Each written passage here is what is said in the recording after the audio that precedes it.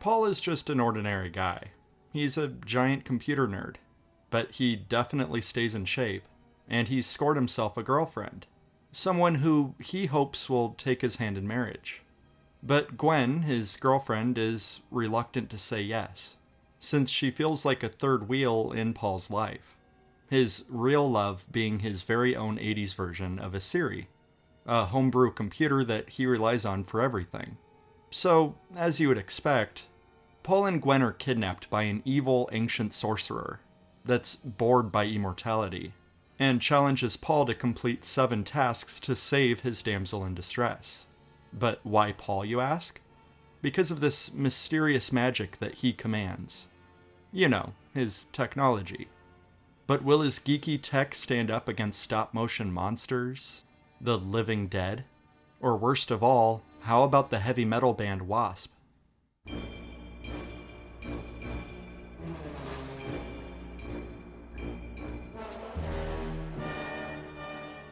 Charles Band formed Empire Pictures back in 1983. Empire would only last 4 years, but in that time, they released Ghoulies, Reanimator, Terror Vision, Dolls, Robot Jocks. These were independently produced, scary science fiction films.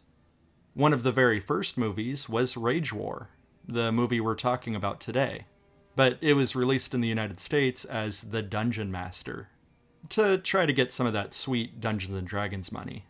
But Rage War, or The Dungeonmaster, isn't a typical horror movie from Empire. It's a showcase of awesome practical and digital effects. It's a fantasy anthology, with 7 different concepts to play around with, each segment being written and directed by its very own amateur filmmaker. Jeffrey Byron, who plays the lead character Paul, had worked with Charles Band in his previous movie Metal Storm, and Charles likes to work with his friends. He allowed Jeffrey to write his own story segment, where he has to save his girlfriend from the slasher, and he was able to cast his own close acting buddies to star in this theatrical film. That's the really cool thing about The Dungeonmaster. It's this ambitious collaboration with a bunch of nobodies that all share a very big dream: to create something fun. And Charles Band had the means to make this dream a reality. He had the money, and some recycled assets from other movies, including some dragon animation from Walt Disney Studios. So that's pretty cool. It's very easy to admire The Dungeonmaster just for its concept alone, but that doesn't mean a whole lot if the movie is lame and unenjoyable. Fortunately, this movie is a pretty good time. I was surprised to find that it had a 4.5 on IMDb, and a 17% on Rotten Tomatoes. But the most damning thing is that it was featured on Best of the Worst. Congratulations, Excalibate. This sucks. No, this is something special. Yes. Yeah, this is great. I do agree with their assessment of the movie. It has a great premise, which it does nothing with. There's no connective tissue between these segments. No character growth, no sacrifices. And the writing is extremely lazy. His wrist gadget shoots lasers, and that's how he handles 99% of his obstacles. You would assume that he would learn not to rely on his sexy Siri tech and choose the real woman over the assistance of his computer, since that's where the conflict of the movie was coming from.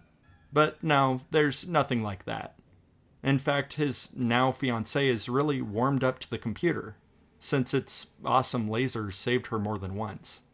And instead of making him make a choice, she's just cool with it now. The nerd prevails, everyone is happy, and the bad guy is vanquished. The end. The Dungeonmaster might not be the most intelligent or the most creative, but it is inspired, cheesy, and a hell of a lot of fun. Not for the overarching storyline, but for each independent set piece, it moves along fast and keeps offering something new. Also, if you decide to check this out, I recommend Rage Wars, the pre-release version.